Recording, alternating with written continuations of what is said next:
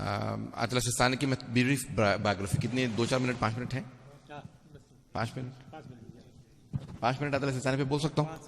اچھا, حضرت آیت اللہ العظمیٰ سید علی حسینی سیستانی نام ہے, مشہد مقدس میں پیدا. سیستان ایک صوبہ ہے ایران کا, خراسان, سیستان, بلوچستان. سیستان ایک صوبہ ہے, ایک اسٹیٹ ہے ایران کی, اور وہاں سے ہیں. ان کے والد بہت بڑے عالم تھے, بھائی بھی عالم, اور آغا سیستانی جو ہیں مشہد مقدس میں پیدا ہوئے. ابتدائی تعلیم وہیں حاصل کی, اور اس کے بعد پھر قم آ گئے. آیت اللہ بروجردی کے شاگرد رہے 1.5-2 سال. تو آپ کو مشہد, قم اور پھر بعد میں نجف اشرف گئے. تینوں حوضوں کے بڑے بڑے علماء سے علم حاصل کرنے کا موقع ملا. جب نجف اشرف آئے تو آپ تقریباً 19 ایج تھی, 19 سال, اور اس وقت جو ہیں 88 ایج ہے آیت اللہ سستانی کی, 88 سال کے. تو اب آپ اندازہ لگا سکتے ہیں کہ تقریباً وہ 70 سال نجف اشرف میں رہے, اور نجف اشرف میں انہوں نے بڑے بڑے بزرگ علماء سے درس حاصل کیا, آغا محسن الحکیم سے, آغا شیخ حسین ہلی سے. لیکن سب سے زیادہ جو آپ نے استفادہ کیا وہ آیت اللہ سید ابوالقاسم الخوئی سے. یہ تو دیکھیں علم میں جتنا ان کا پیش کروں گا نا, وہ آپ بہت سے لوگ سمجھ نہیں پائیں گے کہ بھئی علم میں کتنے مضبوط ہیں. بڑے بڑے اور علماء موجود تھے, لیکن ہمارے علماء کہتے ہیں کہ مرجعیت میں امام زمانہ کا بڑا دخل ہوتا. کئی علماء کی کتابیں تھیں, لیکن کہاں سے آیت اللہ سستانی ایک مرتبہ ابھر کے آئے, یہ خاص ان کو تائید ہے. 2 چیزیں ان کی پرسنل لائف کی بڑی اہم ہیں. ایک, جس مکان میں ابھی رہ رہے ہیں 40 سال سے زیادہ ہو گئے اسی مکان میں, 40 ایئرس, اور یہ کرائے پہ مکان انہوں نے لیا تھا. شاید اب ان کے کسی چاہنے والے نے, مقلد نے خرید کے دے دیا ہو ان کو, لیکن انہوں نے نہیں خریدا. ابھی تک جو ہیں وہ اس جگہ پہ کرائے میں تھے. دوسرا, آغا سستانی کے دیکھیں زہد و تقوی بہت زیادہ اہم ہے. علم سے زیادہ تقوی بہت زیادہ اہم ہے. اگر علم ہو اور تقوی نہ ہو تو علم کا کوئی فائدہ نہیں. سارے مراجع جو آیت اللہ سستانی کی تعریف کرتے ہیں وہ ان کے زہد و تقوی کی تعریف کرتے ہیں.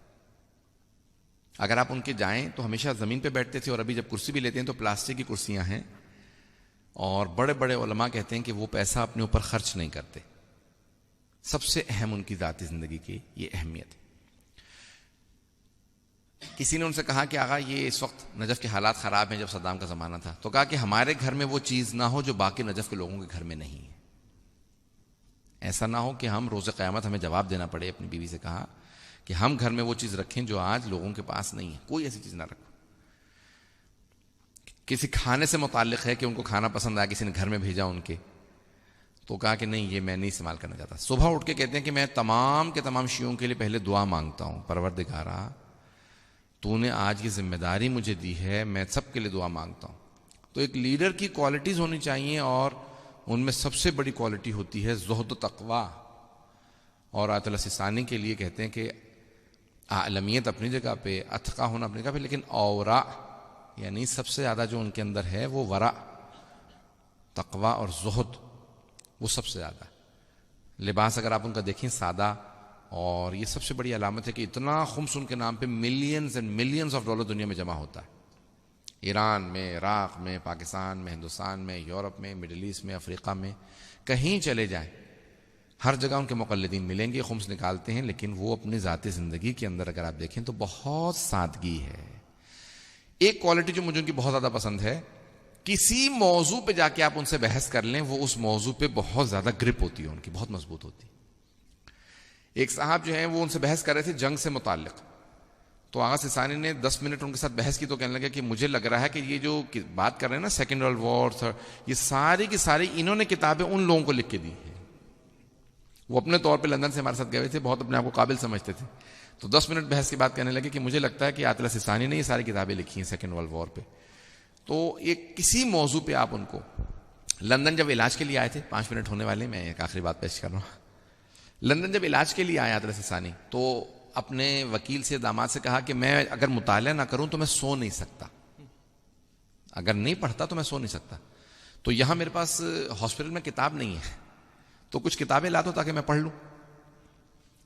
تو ان کے وکیل کہنے لگے، میں نے دفتر میں کہا کہ جو لیٹسٹ اس وقت جتنی بھی عربی اور فارسی کی جو جدید ترین کتابیں آئی ہیں نا، لبنان سے چھپی ہیں، ایران سے چھپی ہیں، عراق سے، جو جدید ترین تحقیق،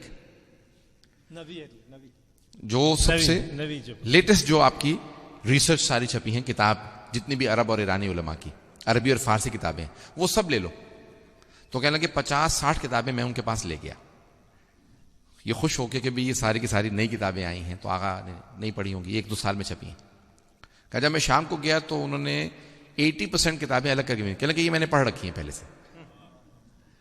جو جدید ترین، ایک ایران کے آیت اللہ خامنہ ای کے کچھ نمائندگان آیت اللہ سیستانی سے ملنے کے لیے گئے، تو وہ کہہ رہے تھے کہ قم مقدس کی جو جدید ترین تحقیقات ہوتی ہیں، اگر آپ اس پہ بھی آیت اللہ سیستانی سے بحث کریں تو ان کو پوری اس پہ گرپ ہوتی ہے، وہ ساری پڑھے ہوئے ہوتے ہیں. تو مرجع کا کام یہ نہیں ہے کہ وہ صرف اپنی تحقیق کو پیش کرے، بلکہ سب کی ریسرچ پڑھنے کے بعد پھر وہ نظریہ قائم کرے. تو یہ ہمارے بہرحال مرجعیت کا ان کا کمال ہے. تو آیت اللہ سیستانی کی ہر موضوع پہ اچھی خاصی نظر ہے، جتنے بھی موضوعات ہوتے ہیں. وآخر دعوانا الحمدللہ.